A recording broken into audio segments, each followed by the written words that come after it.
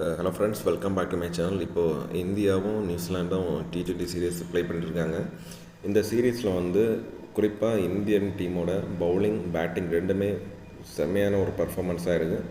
குறிப்பாக இந்தியாவோட டாப் ஆர்டரில் சஞ்சு சாம்சனை தவிர சூரியகுமார் யாதவ், அபிஷேக் சர்மா, இஷன் கிஷன் மூணுமே நல்ல ஒரு தரமான ஒரு பேட்டிங்கை ப்ளே பண்ணிட்டு வராங்க. இப்போ இந்த 3 மேட்ச்சில் 2 மேட்ச்சில் வந்து Abhishek Sharma man of the match அவார்டை வாங்கிட்டார். சூரியகுமார் யாதவும் செகண்ட் அண்ட் தேர்டு T20யில் பேக் டு பேக் நல்ல ஒரு ஆஃப் செஞ்சுரி அடித்து நல்ல பீக் பர்ஃபார்மன்ஸில் இப்போ வந்துட்டுருக்காரு.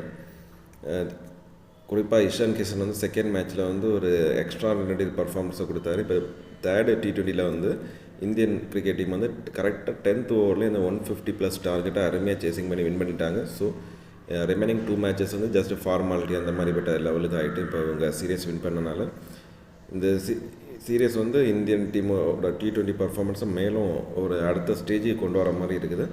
So anyway Indian team ODI மேட்ச்லேயும் டெஸ்ட் மேட்ச்லேயும் நிறைய சொதப்பல்கள் பண்ணாலும் இப்போ T20யை பொறுத்த வரைக்கும் ஒரு லாஸ்ட்டு 3 இயர்ஸாக செம்மையான பர்ஃபார்மன்ஸில் இருக்காங்க. ஸோ அடுத்த வேர்ல்டு கப்பும் இந்தியாவுக்கு கண்டிப்பாக கிடைக்கும் அப்படிங்கிற ஒரு கான்ஃபிடென்ட்டாக இந்த T20 சீரீஸு நமக்கு தந்துருக்குது. ஸோ அப்கமிங் T20 மேட்சஸில் வந்து நிறைய பேருக்கு டெபியூட் ஆட கூட சான்ஸ் கிடைக்கலான்னு எதிர்பார்க்கலாம். இந்த வீடியோ பிடிச்சிருந்தால் லைக் பண்ணுங்கள். தேங்க்யூ.